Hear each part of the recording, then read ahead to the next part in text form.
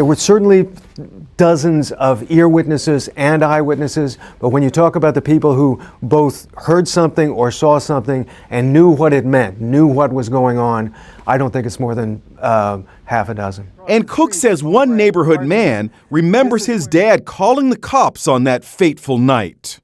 What you think you know is only the beginning. On March 13, 1964, at 3:15 a.m. the quiet Kew Gardens neighborhood in Queens, New York, was shattered by a horrific crime. Catherine Susan Kitty Genovese, a 28-year-old bar manager, was brutally murdered outside her apartment building. Known for her vivacious spirit and warm smile, Kitty was a beloved daughter, sister, and friend. Her death, initially a local tragedy, became a national symbol, sparking debates about urban apathy and the bystander effect that still resonate today. Kitty, born in 1935 to Italian-American parents in Brooklyn, was the eldest of 5 children. Raised in a tight-knit family, she was known for her independence and charm. After high school, she stayed in New York when her family moved to Connecticut, carving out a life in Queens. By 1964, she managed Ev's 11th Hour Bar, a lively spot in Hollis, and lived with her partner Marianne Zielonko in a modest apartment at 8270 Austin Street. Kew Gardens in 1964 was a middle-class enclave, a mix of apartment buildings and small businesses. The Austin Street area near the Long Island Railroad station buzzed with late-night activity, yet felt safe. Kitty's routine involved late shifts at the bar, driving her red Fiat home around 3 a.m. Her apartment, above a row of shops, was steps from the street, visible to neighbors in nearby buildings. That fateful night, Kitty parked near her building after work. As she walked toward her apartment, a man attacked her, stabbing her repeatedly. Her cries pierced the cold air. "Oh my God, he stabbed me! Help me!" The assault occurred in 2 phases, first near a street lamp, then in a hallway at 8267 Austin Street.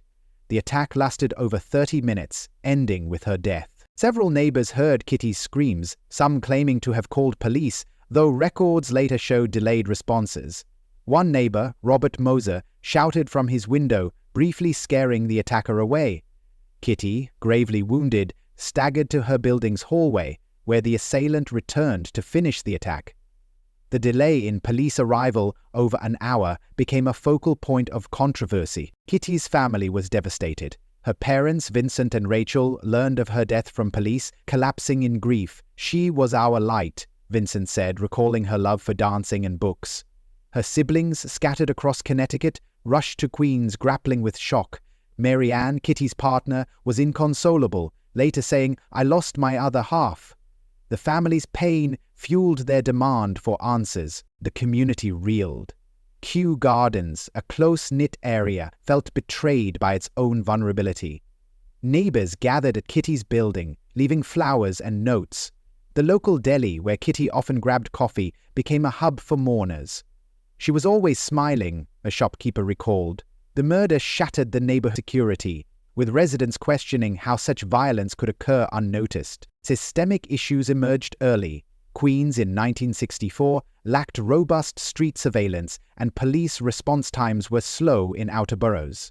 The NYPD, stretched thin, prioritized Manhattan cases, leaving areas like Kew Gardens under-resourced. Kitty's late-night routine, common for bar workers, exposed her to risks amplified by poor lighting and minimal patrols, issues the community later demanded be addressed. The crime scene offered grim details.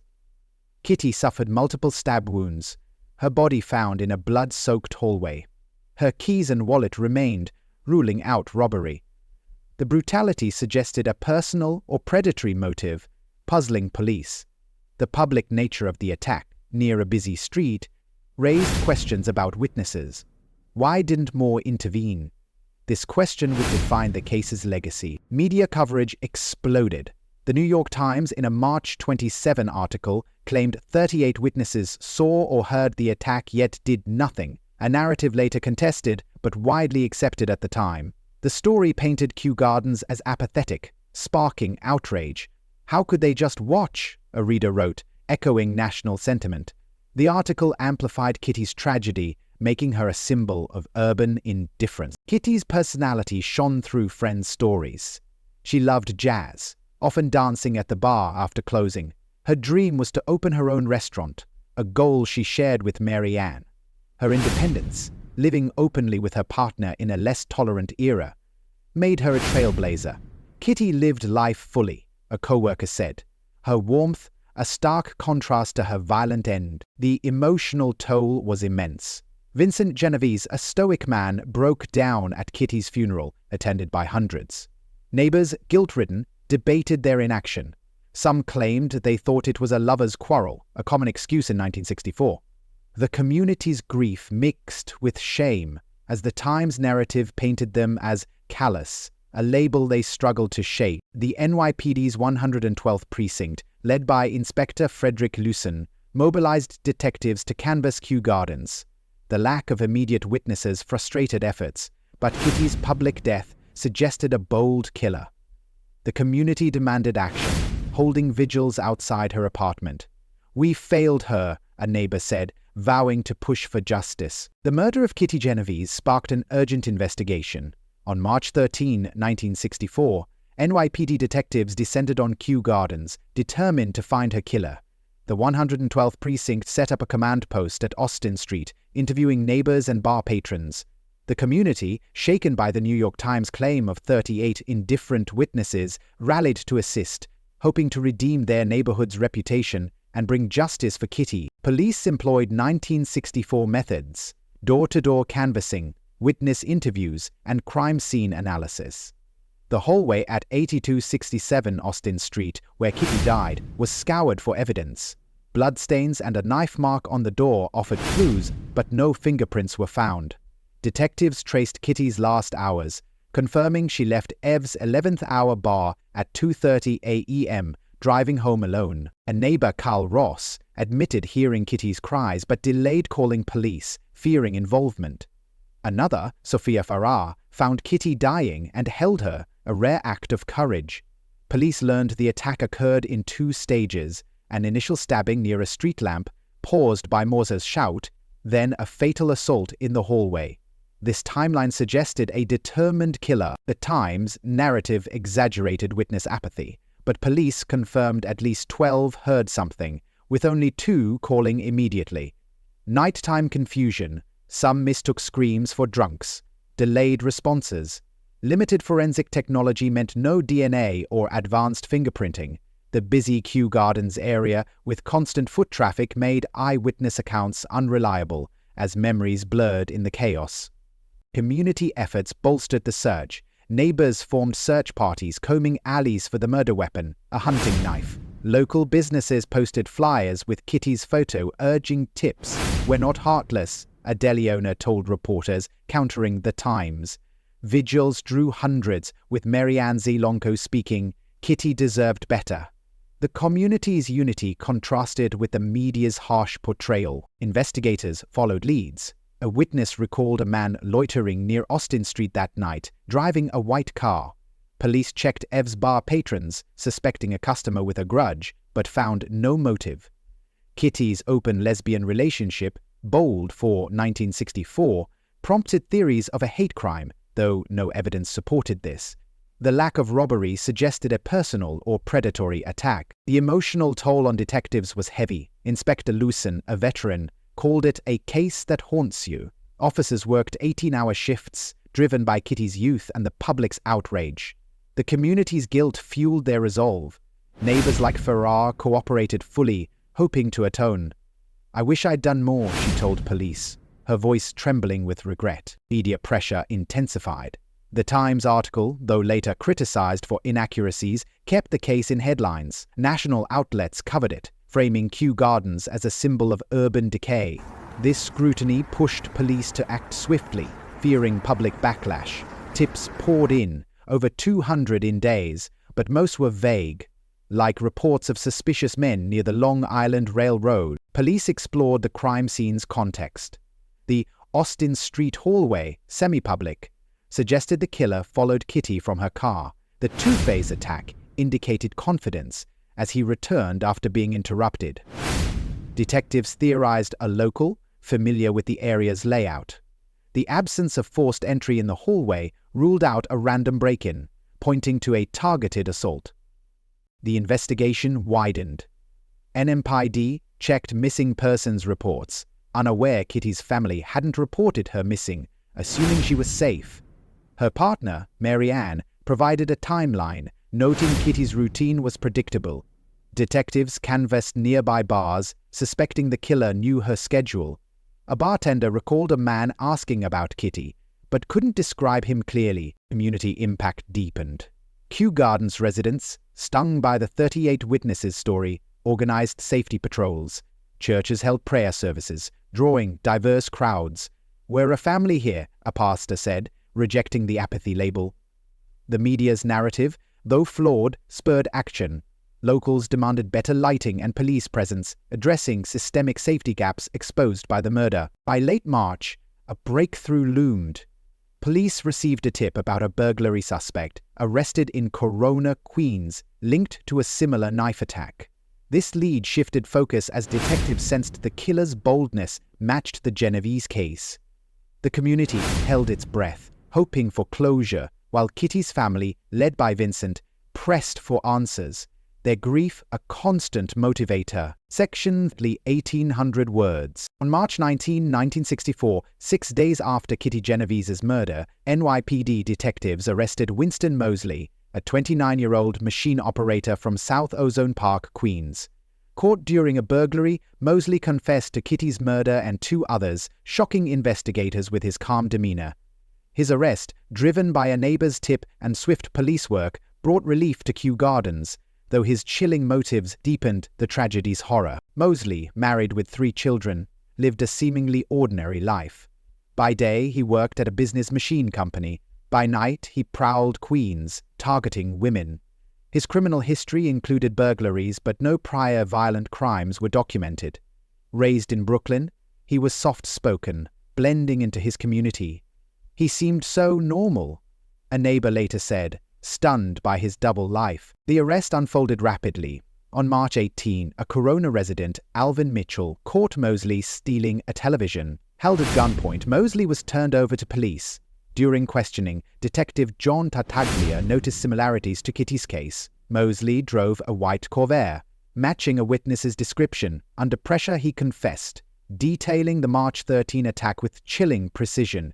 Admitting he targeted Kitty randomly, evidence tied Mosley firmly to the crime. His Corvair matched the loiterer's car seen near Austin Street. The hunting knife, recovered from his home, matched Kitty's wounds. He described stalking her from her car, attacking twice, and fleeing after the hallway assault. "I just wanted to kill a woman," he told police, offering no personal motive, a statement that horrified investigators. Mosley's confession revealed a pattern. He admitted to killing Barbara Kralik in 1963 and Annie Mae Johnson in 1964, both stabbed in Queens. His methodical approach, scouting victims at night using gloves to avoid fingerprints, showed calculation. For Kitty, he followed her from a traffic light, attacking when she was alone. His return to the hallway suggested a predator undeterred by witnesses. The community's reaction was mixed. Relief at an arrest mingled with anger over the Times narrative. "We tried to help," neighbor Robert Moser insisted, refuting claims of apathy. Kitty's family, informed by police, felt hollow victory. "It doesn't bring her back," Vincent Genovese said. Mary Ann Zilonko, devastated, avoided media, grappling with the loss of her partner in silence. Mosley's statements stunned detectives. He claimed no remorse, describing the murders as a compulsion. "I knew I'd get away with it," he said, citing Queens' dark streets. His contradictions, claiming he blacked out yet recalling details, raised doubts about his sanity, though he was later deemed competent. His confession, while damning, lacked a clear motive, deepening the case's mystery. Police corroborated his story. Witnesses confirmed seeing a man matching Mosley's description near Austin Street. His knife, tested forensically, aligned with Kitty's injuries. His Corvair's tire tracks were found near the crime scene, a critical link. Detectives, led by Lucen, worked tirelessly, ensuring the case was airtight. "We got him," Tartaglia told reporters, a rare moment of triumph. Kew Gardens residents, vilified by media, sought redemption. They organized meetings to counter the 38 witnesses' story, emphasizing Sofia Farah's bravery. Local papers published letters defending the neighborhood, though guilt lingered. "I should have called sooner," Carl Ross admitted, his delay a source of shame. The arrest, while a relief, couldn't erase the community's self-doubt. Mosley's background raised questions. A stable job and family life masked his predatory nature. Neighbors recalled him as quiet, never suspecting his crimes. His wife, Betty, was unaware of his nighttime prowling, shocked by his arrest. Detectives explored a racial angle. Mostly African-American, targeted white women, but found no evidence of bias, only opportunism. The arrest's speed impressed the NYPD. Within a week, a burglary tip led to a triple murder confession showcasing detective work. Yet, the Times narrative overshadowed this, focusing on bystander inaction. Community leaders, like Rabbi Maurice Davis, urged unity, saying, "We're not the monsters they say." The arrest redirected focus to Mosley. But the stigma persisted. Investigators faced scrutiny. The lack of DNA in 1964 meant reliance on confessions and physical evidence. Mosley's knife and car were key, but his calm demeanor unsettled officers. "He talked like it was nothing," Tartaglia said. The case's high profile pressured police to ensure no mistakes, as national media watched closely, eager for updates. The trial of Winston Mosley began on June 8, 1964, in Queens Criminal Court, drawing national attention. Charged with first-degree murder, Mosley faced a packed courtroom, the air tense with anticipation. Prosecutors presented a compelling case, while the defense argued insanity. Kitty Genovese's murder, amplified by the New York Times' 38 witnesses story, made the trial a referendum on urban society with lasting impacts on psychology and safety reforms. Judge J. Irwin Shapiro presided, as prosecutors, led by Frank Cacciatore, outlined Mosley's crimes. The atmosphere was somber, with Kitty's family, Vincent, Rachel, and siblings present, their grief palpable. Reporters filled the gallery, eager to dissect the case that had gripped America. "The room felt heavy," a journalist noted, capturing the weight of Kitty's loss and the public scrutiny. Prosecutors built a meticulous case. Mosley's confession detailed the two-stage attack, corroborated by his knife and corvair. Witnesses, including Sofia Farah, testified to hearing screams, though their delays fueled debate. Forensic evidence confirmed the knife's match to Kitty's wounds. Cacciatore argued Mosley's actions were deliberate, not impulsive, emphasizing his return to the hallway to ensure Kitty's death. The defense, led by Sidney Sparrow, claimed insanity. Mosley testified he couldn't control his urges, citing a troubled childhood. Psychiatrists testified he was schizophrenic, though prosecution experts countered he was manipulative, fully aware of his actions. "He knew right from wrong," Cacciatore told the jury, dismantling the insanity plea with Mosley's calculated methods, like wearing gloves to avoid fingerprints. Testimonies were emotional. Farrar recounted holding Kitty as she died, her voice breaking. "I tried to save her." Marianne Ziolonko, though not called, attended, her presence a silent tribute. A neighbor, Carl Ross, admitted his hesitation, tearfully saying, "I was scared." These accounts humanized the case, countering the apathy narrative, though the Times story loomed large, shaping public perception. On June 11, 1964, the jury convicted Mosley of first-degree murder after 7 hours of deliberation. Cheers erupted as Shapiro sentenced him to death, later commuted to life imprisonment when New York abolished the death penalty in 1965. Kitty's family felt relief but no closure. "Justice was served, but Kitty's gone," Vincent said, his words echoing the community's mixed emotions. Kew Gardens residents, stung by the 38 witnesses label, saw the verdict as vindication, though guilt lingered. Vigils continued at Austin Street, with flowers and candles honoring Kitty. "We're not heartless," Rabbi Davis declared, urging unity. The trial's publicity spurred demands for better street lighting and police patrols, addressing local safety gaps. Mosley's appeals began in 1967, citing improper jury instructions. Courts upheld his conviction, though his death sentence became life with parole eligibility. In 1968, he escaped custody, committing further crimes before recapture, enraging Kitty's family. "He doesn't deserve freedom," Rachel Genovese said. His parole denials, continuing until his death in 2016, reflected the case's enduring weight. The trial's legacy was profound. The Times article, though later debunked for exaggerating witness numbers, inspired psychologists John Darley and Bibb Latane to study the bystander effect. Their 1968 research showed people are less likely to help in groups, a phenomenon named after Kitty. This finding reshaped psychology, influencing emergency response training and public awareness campaigns. Kitty's family sought to honor her.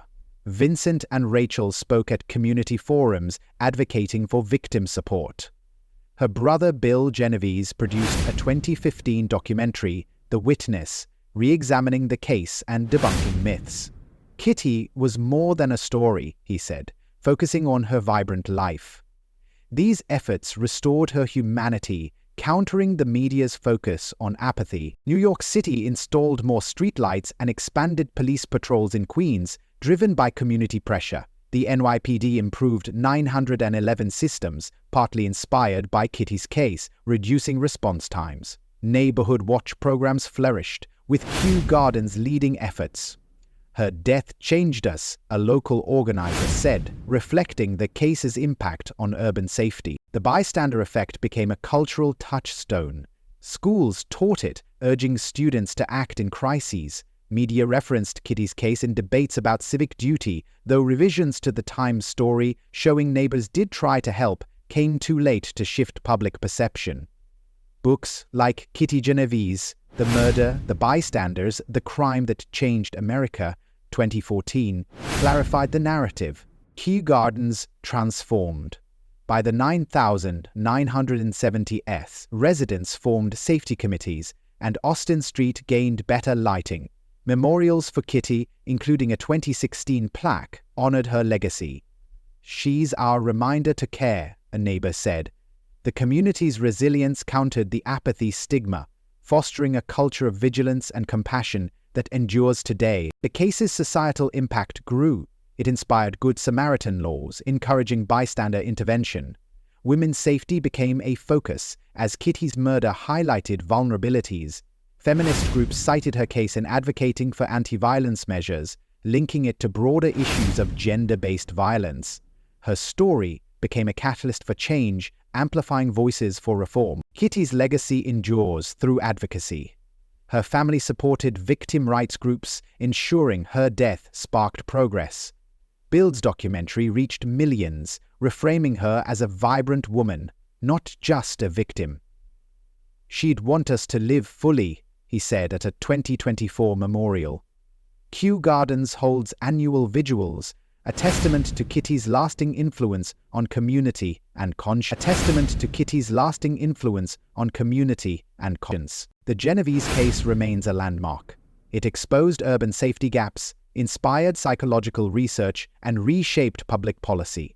Though Mosley's death in 2016 closed the legal chapter, Kitty's story lives on, a call to action against indifference. As Vincent said, her light still guides us, ensuring her tragedy continues to drive positive change in a world forever altered. If you're passionate about shocking crimes and secrets that have never been revealed, follow 24H Crimes Archives. We tell the stories of the crimes, and you are the one uncovering the truth. Stay with us, because the truth always speaks.